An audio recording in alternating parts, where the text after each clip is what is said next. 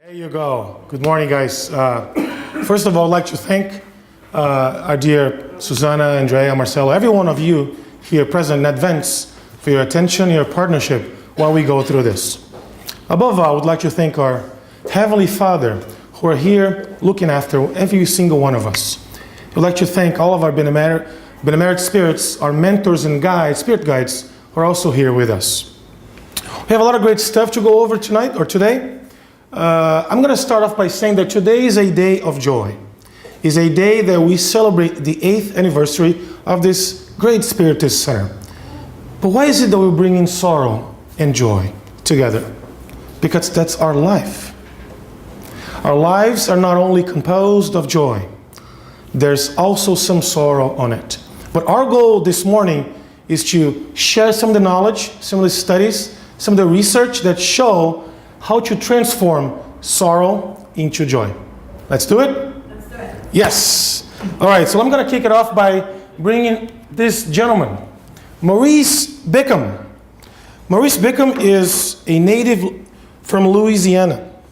And Maurice, in 1951, in rural Louisiana, was in his house with his family. All of a sudden, he hears some knocks on his door. And by someone knocking on his door, when he goes to see who these people were, there were some undercover detectives. They were trying to find a criminal. That was not Maurice Beckham. They did not identify themselves. And Maurice, in self-defense, ends up taking the lives of these two detectives. This is in 1951, folks. Our country was going through a lot of turmoil. In 1951, this man was convicted of a crime he did not commit. He was put in death row. He was sent to Angola prison in Louisiana. And that's when his life started, filled with sorrow. But it doesn't end there. He found a way to transform his life from sorrow into joy. And that's the example we're going to go around and describe and enlighten on his experience to prove what we're trying to suggest. So before we go on, let's bring some questions. What's the reason for suffering in our lives? Why is it that we suffer? Why is it that one person doesn't feel like it's suffering so much, whereas somebody else here looks like it's suffering a lot? What's the reason for that? Does God love us in one way versus another? No. Does God love this person more than this person? No. But why is it that this person is suffering a lot more than this one here? That's what we're going to do today. Can we be perfectly happy on earth? That's also a question we're going to touch bases on. Can we live very happy or joyful lives? That's something that we're going to touch into it. And can we really transform sorrow into happiness or joy? That's our ultimate question that we're going to try to prove. As you can expect, we'll give you some ideas or some examples. Yes, that is possible. But before we get there, let's define some of these words. Joy, sorrow, what are they? First of all, joy. When you look at a baby like this, or a baby like Eric, one of these babies that are here with us today, we see their smile. If you're a parent, or if you're an uncle, an aunt, you have that experience as well. You see a child laughing, smiling, saying mama, daddy for the first time. That's a very joyful moment, isn't it? Yes. Yes, it is. So joy, as dictionary suggests, it's that emotion that is evoked by well-being. The concept of success, good fortune, or by the prospect of possessing what someone desires. A delight. I'm delighted to have this opportunity to talk to you this morning. I'm delighted to be invited to share my morning with you folks. Right? When parents felt the joy of seeing her son's first steps, that's a very joyful moment. Yes, indeed. What about sorrow? Sorrow is that deep feeling of distress caused by loss, disappointment, or any other misfortune that someone suffers from oneself to the other. That's a distress. That's a sorrow. I'm not going to ask you to bring any examples, but we all have a lot of examples in our lifetime, right? Of moments filled with sorrow, filled with disgruntled sometimes, filled with distress, Like in this situation, we bring someone that has a friend passing. And if you haven't had this experience, I believe everyone here has, it's a very distressful, it's a very sad moment. How can we cope with that? Right? What are the ways that we can use to transform that sorrow into joy, into happiness? That's what we'll do. So before we get there, I want to bring a concept of dichotomous thinking. And that's a fancy word. Dichotomous is either this or that. As simple as that. A lot of times when we're thinking, we don't necessarily see in the middle. So for example, either a moment filled with sorrow or filled with joy. A moment that is yes or no. Sometimes you feel like asking, maybe there's something else I can do.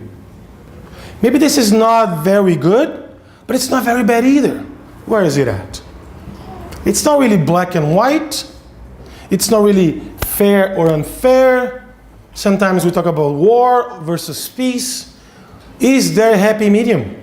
Is there something in the middle that we can focus on?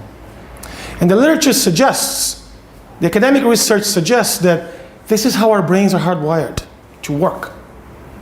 And that's how we learn how to do things. You either are very successful or you're not. You're either very happy or you're not.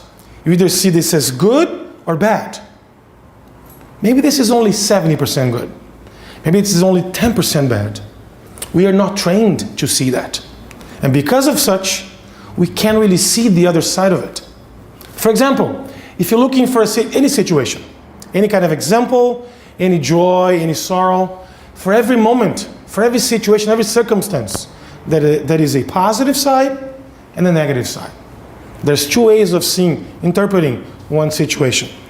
And as I'm going to bring here, in the concept of joys and sorrows, this is a quote from the Spirits book, question 920. Allan Kardec asking the spirits, can we live in complete joy on earth right now? And the enlightened spirits suggest that we humans cannot enjoy complete joy. And I highlighted this, complete joy. Why on earth? Because our life here, I'm going to let you read, our life here is filled with situations, with trials, expiations, with tests, with difficulties that we have ways to overcome. That we have conditions as such that we can go forward. If you put yourselves in an athlete's shoes, those that keep running, right? Of course, I can't even put myself in an athlete's shoes because my physique doesn't really allow me, but imagine for a second, we can all be there running and jumping obstacles, and that obstacle that the athlete jumps, it's like us. Every day, every week, every month, we have obstacles that we jump. We have situations that sometimes we jump and then it breaks, it falls apart. Then we go back, we start from scratch, and we do it again. Then we fail again, and we come back, and we do it again. Until the moment that we're able to jump those obstacles. That's how an athlete trains him or herself. That's how an athlete goes on by jumping those obstacles, by achieving more. Do you all think that Michael Phelps, does anybody know what Michael Phelps is? Yes. Do you all think that he started just swimming in the lake, very easy? And yes, he did when he was a kid. But he trained so much. He devoted himself so much. He used all his physical conditions. He used all his motivation, all his drive, all his energy to focus on achieving one objective, which was to do better, which was to use that opportunity to jump those obstacles, to maybe take away 1/10 of a second, 1/1000th of a second of his lap time. That should be us, my friends. That should be us every day. If we're going to some difficult conversations, if we're dealing with problems, if we're dealing with issues, we all have those, right? Our objective should be, how can I be better today than I was yesterday? I don't care if I want to be better than somebody else. That's not the plan. The plan is, how can I be better than who I was yesterday? Last month I had a discussion. I didn't really feel good vibe out of it. What do I need to do now to have the same conversation?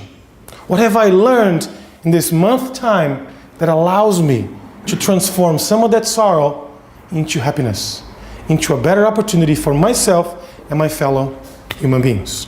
So Kardec suggests that because we have all these trials and expiations, our difficulties, our problems, yes, we have those.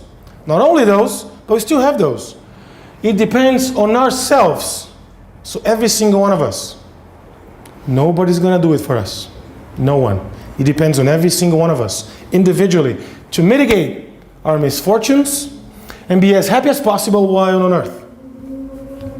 Be as happy as possible while on earth. That's the key. But hang on a second. Be as happy as possible. What is happiness?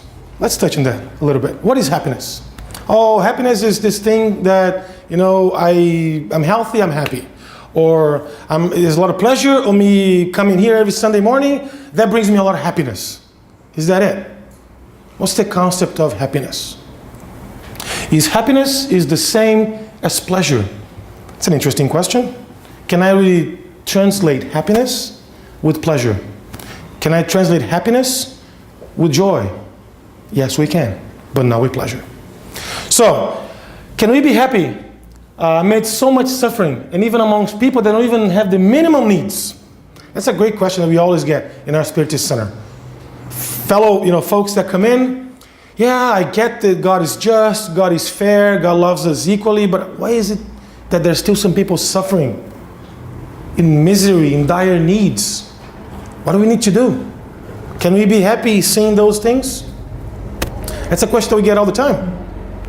While there's no right or wrong answer, what I would like to suggest is that as we learn from Spiritism, nothing is by accident. Nothing happens for no reason. It doesn't mean that we don't have to feel compassion. Of course we do. It doesn't mean that we don't have to see that fellow human being as a brother, a sister, as a sibling. Yes, we do. And God invites us to do that. God really invites us to look at that opportunity as any opportunity that we have to be charitable, to be kind, to be nice, and to be helpful. If we go back to Jesus' time, Jesus, as we know, was a very enlightened spirit.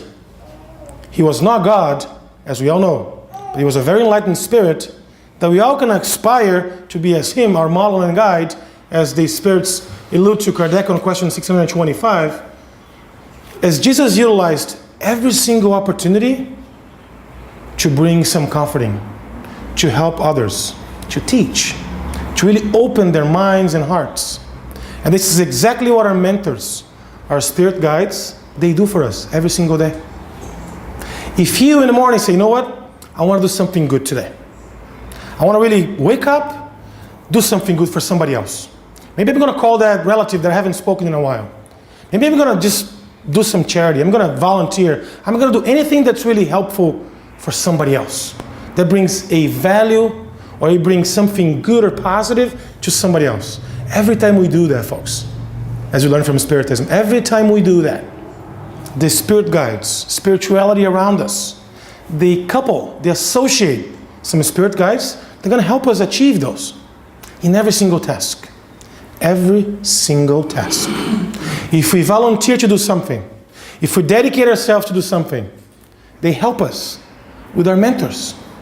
For example, let's use this in a practical way. If you start a new job, do you know everything that's to be done? Probably not.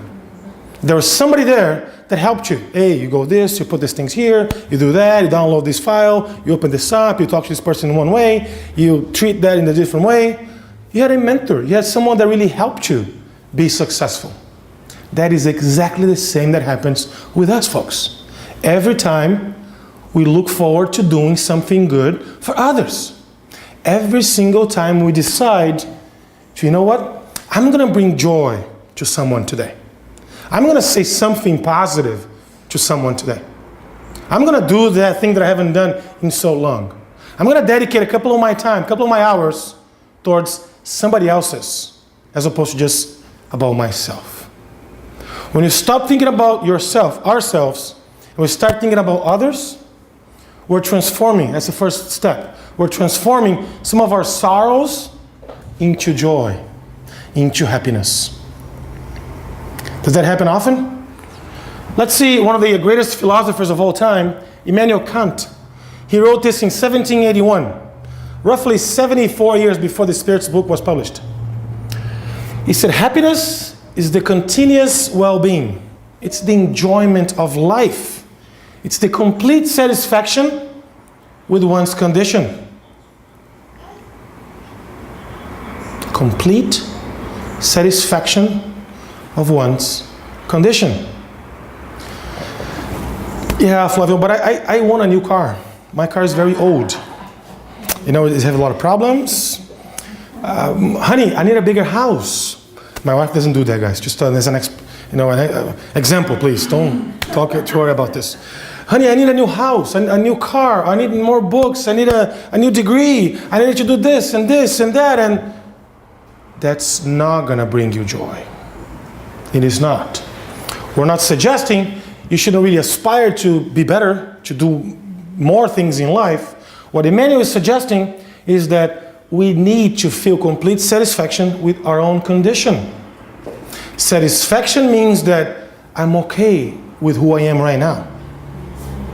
I understand where I come from. Spiritism teaches me that this is not my only life. We learn from Spiritism that we are immortal beings. We have lived in the past many, many other times. This is one additional opportunity, not the last one, and we'll have more opportunities. So if I acknowledge that fact, if I'm aware of these situations, of this condition, that opens my mind to say, you know what? I still cannot run 100 meters as an athlete, but maybe I'll try even harder. I'm still not okay by having those difficult conversations because I haven't learned, but I understand that.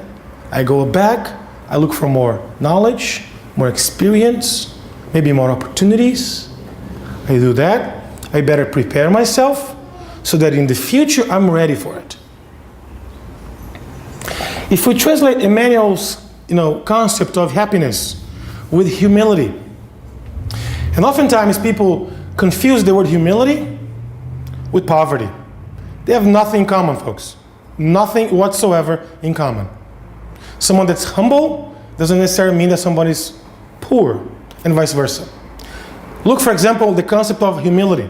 Humility is to understand one's own condition. As Jesus mentioned, I'm not good. Good is your Father who art in heaven, but I am indeed your master. He never declined that he was our own master. He never declined to say that he was there to guide us. But he never accepted the fact that they called him Father. He was not God, as we understand, as we know it. In the same token here, humility is to understand what I'm capable of doing and what I'm not. And if I'm humble enough, if I'm aware, if I know myself, you know what? Flavio cannot really do this right now, but how can I put myself in a condition, in a situation that tomorrow I'll be able to do it? That's being humble. That's knowing ourselves. Knowing that specific situation, what needs to be done. And once you do that, once you acknowledge your difficulties, you're still, we're not perfect. Yes, no, we're not. I'm sorry, guys, to disappoint you, but we're not perfect, right? We are going to be close. Every incarnation, every learning, every opportunity, every situation, we go up, we move forward, and we learn from it. If we're able to put that into practice, we go further, but we are not perfect. So back to Emmanuel's condition. If we acknowledge, if you're satisfied with our condition right now, doesn't mean we're not satisfied tomorrow. We can drive happiness out of every single situation. I hear someone say, yeah, but no. If something terrible happens to me, how can I be happy with that? Daniel Gilbert, a Harvard psychologist, writes a phenomenal book called Stumbling on Happiness. Imagine the title, Stumbling on Happiness. Like you stumble upon a rock on a road and, oh my goodness, I almost tripped there and fell and broke a limb or something. And this book, Stumbling on Happiness, he brings a lot of examples. For example, imagine a pole. Which would you choose? On the left, it's winning $1 million in the lottery. On the right, it's becoming paraplegic. Everybody would think that, hey, I want to win the lottery. I don't want to be paraplegic. That's going to bring me a lot of difficulties, a lot of problems. I want to win the lottery, right? Everybody thinks, hey, that's easy. I mean, that's well, lottery for me. I don't know about you, but I'll take the lottery. However, what he tries to do and what he describes in his academic research is that there is no difference. 3 months after those major events, those guys that won the lottery and those that went on to become paraplegic, they're just as happy. Let me repeat that. Those guys that won the lottery became millionaires. And those guys that became paraplegic, they are just as happy. We have an example back home. I'm from Boston.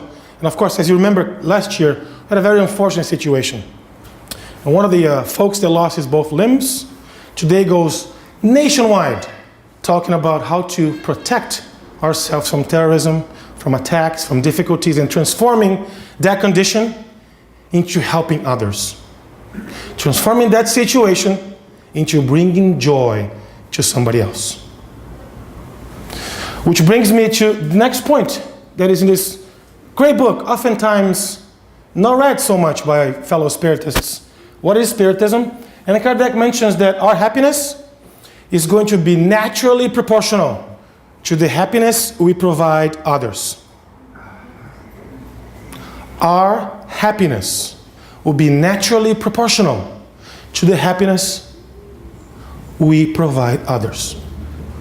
It doesn't matter the circumstance. It doesn't matter what we're going through. If we're able to provide happiness to others, that's going to drive our own happiness up. Right? In that same circumstance, the lottery and the paraplegic, they were able to do the same.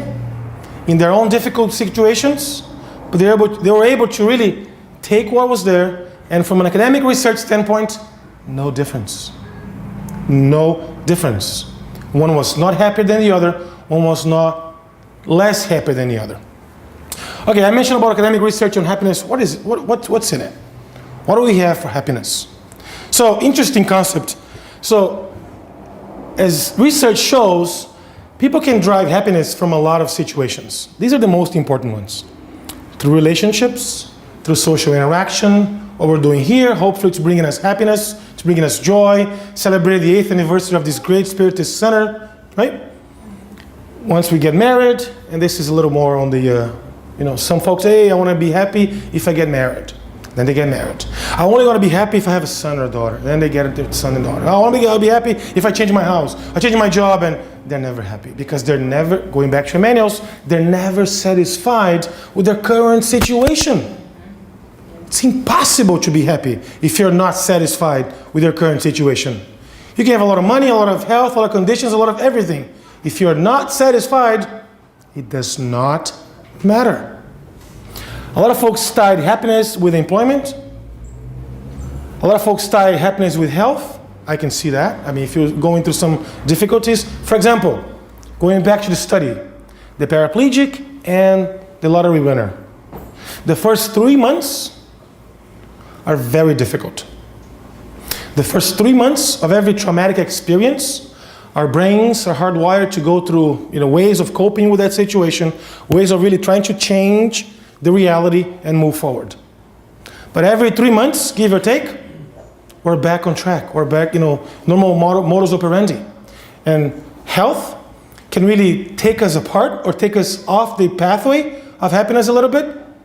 As time passes, as we go by, we're back on track. Because you learn to understand your situation, you learn to better cope with it, you learn to find conditions to drive that condition forward and look for better, future ahead.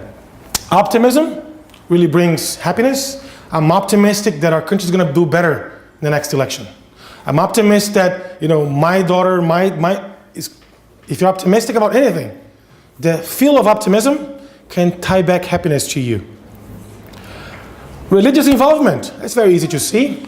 A lot of people dedicate their whole lives for religions, for religiosity, for charity, for volunteerism. We can really expand this into a little more categories than just religious activities. And proximity to happy people. So if you're surrounded by people that are happy, that's contagious. The happiness is contagious. You get from it. why is so-and-so always happy? Why isn't so-and-so never really, yeah, he gets mad when something happens, but 1, 2, 3, 4, 5 days later, he's fine. What's in it for him that I don't have? What are the knowledge that this person has that I don't? So if you're close to someone just like that, we all know some people like this, right? I mean, it's very common to see. If you surround yourself to other happy people, chances are you can transform any moment filled with sorrow into joy, into happiness. Here's the real question. Can money really buy happiness? Let's do a poll here. No. Let's do a poll. Who thinks yes? Raise your hand. Nobody. No. Yes, I see one. What's your name, sir? Oliver. Oliver. Thank you, Oliver. Anybody else? Nobody. You are all wrong, besides Oliver. Yes, money can bring you happiness, can buy you happiness. So long as, let me quote, so long as you spend the money on someone else. This is a study done by Michael Norton. Spending money on others promote happiness. It really does, folks. So if you use your own money to buy, groceries for someone that's asking for groceries. If you use your own money we always use our own money here, right? Volunteers, we come here, we use our time, we use our money, we drive here, we spend gas. We come here, we wash our clothes. Not that we don't wash it every day at home, but, put on special clothing we all spend money. If we spend money trying to help others, that brings us happiness. So next time you ask that question, you can refer back to this. There's a great study that shows if you are in a very dire need, so you don't have your basics, right? You don't have shelter, food, you don't have none of that. Then you get a bump, right? And this study was done, if you make $500 a month, let's picture ourselves making just $500 a month. You don't have a lot of money at all, right? Imagine if you have to pay rent and food and care for your children. That's not that easy with $500 a month. So if you multiply your salary by 10 times, that's what a study that he's done, $5,000 a month, you're going to be considerably happier. Considerably happier. You're going to have more joyful life. Everything's going to be better for you. We can see that. That person was a homeless person, now lives in a house. That person couldn't really go to school. Now he or she can go to school. He used to take 2 buses and a subway. Yeah, we have subways back in Boston. 2 subways, a bus and all. Now he makes $5,000 a month and he can get a car. I mean, his life is a little better. For us up north, it's a very cold winter. Maybe he doesn't have the proper jackets, the proper insulation. He's gonna feel cold, and then he get that little bump. He feels a lot happier. But here's the trick. If you're in that category, let's say for lack of comparison, $5,000 a month, and your salary gets multiplied by 10 again, all of a sudden you make $50,000 a month. You are not happier at all. Your happy level, or happiness or joyful level stays the same. This is what this author is suggesting. So you got to be careful when you talk about money, and that brings, let's go back to Jesus. Let's go back to the gospel. What did our master tell us?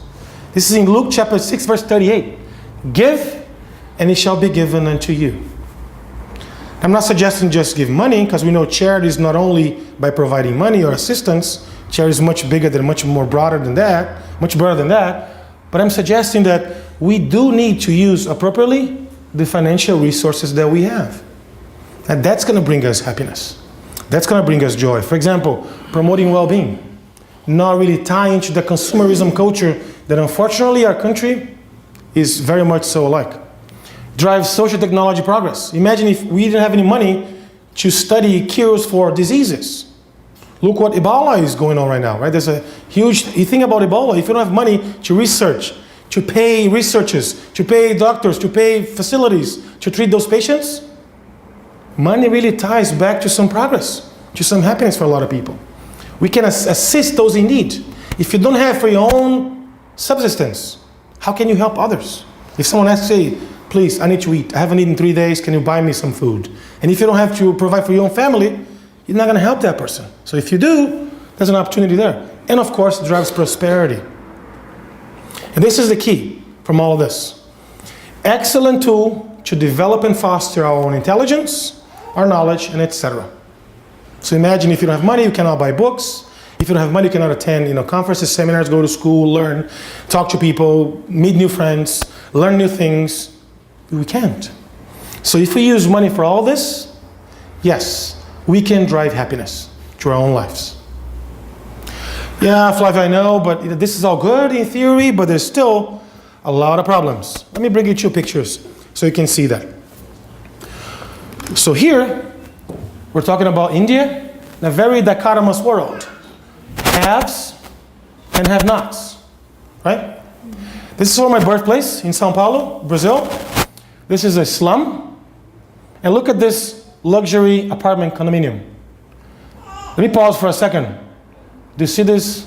There's a swimming pool in every single one of those porches. So when you have a lot of inequities or inequality, when you have a lot of unrighteousness, that creates some problems. That creates a lot of sorrows. Where can we go to really diminish that suffering? Diminish that idea that, you know what? If I'm born here, there's no way for me to get there, ever. If I'm doing this, right? We're not suggesting one is better than the other, which we'll see they're not. But what I'm suggesting is very difficult for me to see myself or put myself in those people's shoes. Vice versa. If I'm driving this luxury Italian, sports car, it's very difficult for me to put myself in these people's shoes because we're so apart from each other. We live in 2 different worlds a lot of times. Let's go back to Spiritism. What the spirits tell us is fortune is a trial that is usually more dangerous than poverty. Let me repeat that. Fortune is a trial that is usually more dangerous than poverty.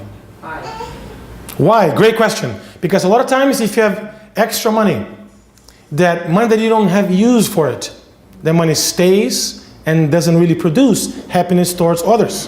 In my previous slide, that money doesn't really drive technological progress. That money doesn't really drive someone else's better or well-being. That money is stuck on your own selfish need that it doesn't really motivate, drive, foster. If you don't use that to enhance your own intelligence, your own progress, the progress of others, you're using a condition. Imagine if everyone that had a lot of money in the world say, you know what, let's not focus on science anymore. We don't need science. Let's not focus on finding new cures for diseases. We don't need them. That's it. That's gonna cause a lot of sorrow. A lot of sorrow. But people are, for example, there's a lot of examples. One that we like to quote all the time is Bill Gates and Melinda Gates Foundation. Bill Gates is a millionaire that really ran Microsoft for many, many years. His fortune at one time was over $30 billion. And he donated 25 of those 30 billion to research, to a lot of charity organizations in the world, a lot of philanthropy, right? The Melinda Gates Foundation. That drives happiness to a lot of people.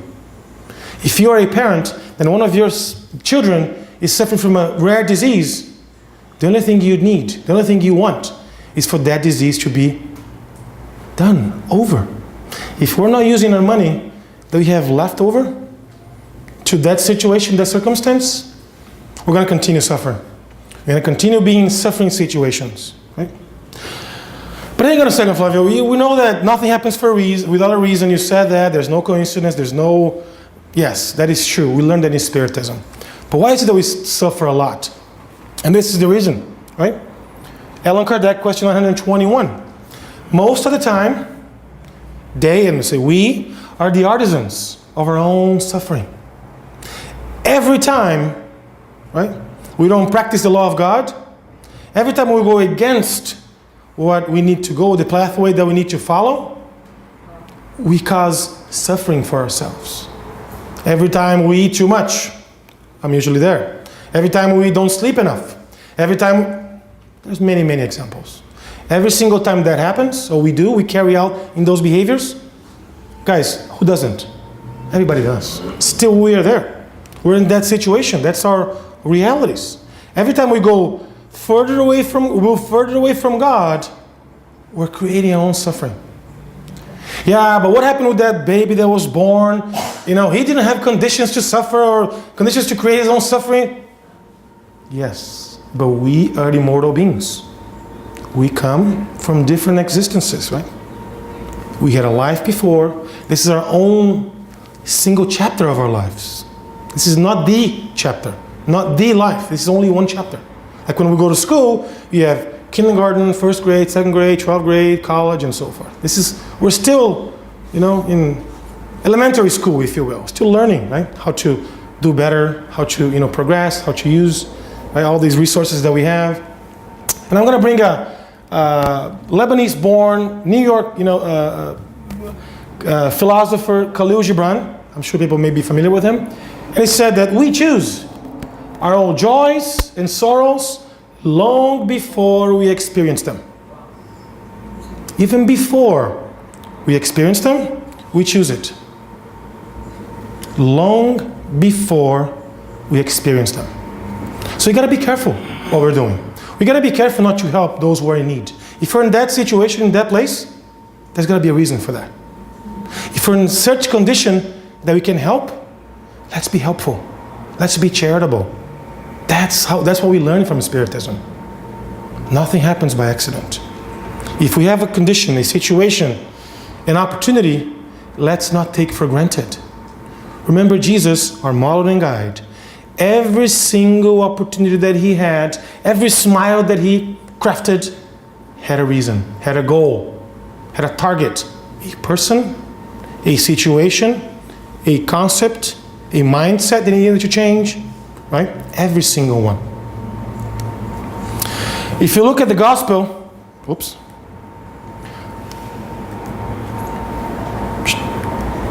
There you go. If you look at the gospel, according to Spiritism, we learn in chapter 5, item 20, that neither wealth nor power, not even a blossom youth, are essential to happiness. None of that.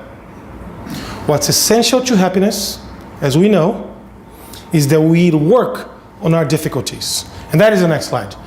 If we work on selfishness, which is the source of all vices, if we substitute, if we replace that with charity, which is the source of all virtues, if we destroy the selfish being that every single one has inside of ourselves, if we destroy that, if we work to annihilate that selfish being, and we replace that with a charitable being, we're going to drive our lives from sorrow to joy. And that brings us back to Maurice Beckham. Maurice Beckham was incarcerated for 37.5 years for a crime he did not commit. Maurice Beckham spent 14 years in death row. 14 years, you don't know if you're going to live one more day. Let's put ourselves in Maurice Beckham's shoes. He lived in a time that our country was going through a lot of turmoil. Civil rights movement. Even at the trial, the judge says, for a black person, there's no such thing as self-defense. He was told that, point blank. You don't want to hear his story? Go to jail. Go to prison. What did he do? He said, you know what? I don't have even one moment of regret. It was a glorious experience. And the word glorious, we usually use that for some some moments like this.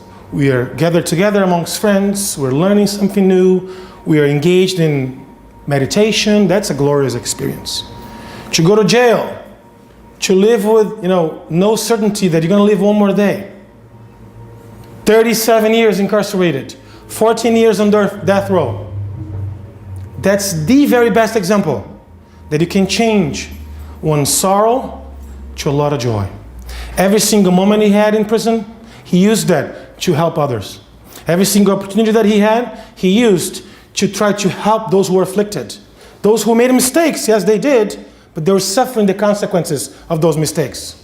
Here's an example of someone who transformed sorrow to a joyful moment. May his example serve as a guide for us. We're not there.